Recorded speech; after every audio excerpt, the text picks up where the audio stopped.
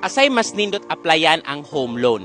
Pag-ibig ba or bangko? In my own personal recommendation, Pag-ibig is good 5 years ago. Nga naman, kaya ang presyo sa balay kaniadto 5 years ago, barato pa man, napamay 2 million.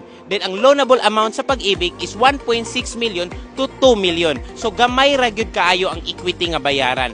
But now, during these contemporary days, bank is the best options. Why? Because banks offer loan 90 to 100% loanable amount of the total contract price. Then ang bangko sad karon nag-offer na sad og maximum 25 to 30 years sa imuhang loan. And lastly, ang presyo sa balay karon pertinang mahala. Magsugod na sa 4 million to 5 million and up. So si Pag-ibig ana dili na niya kaya mo pa-loan og inana nga dagko nga amount. So si bangko na lang ang maka-cater. But if you really want to apply it for the Pag-ibig, you need to prepare a huge sum amount of money para pambayad sa equity because 70% naman ang kaya ma-loan ni Pag-ibig. But if you want a 90 to 100% ma-loan sa property, go for the bank because it offers high appraisal value sa mga property.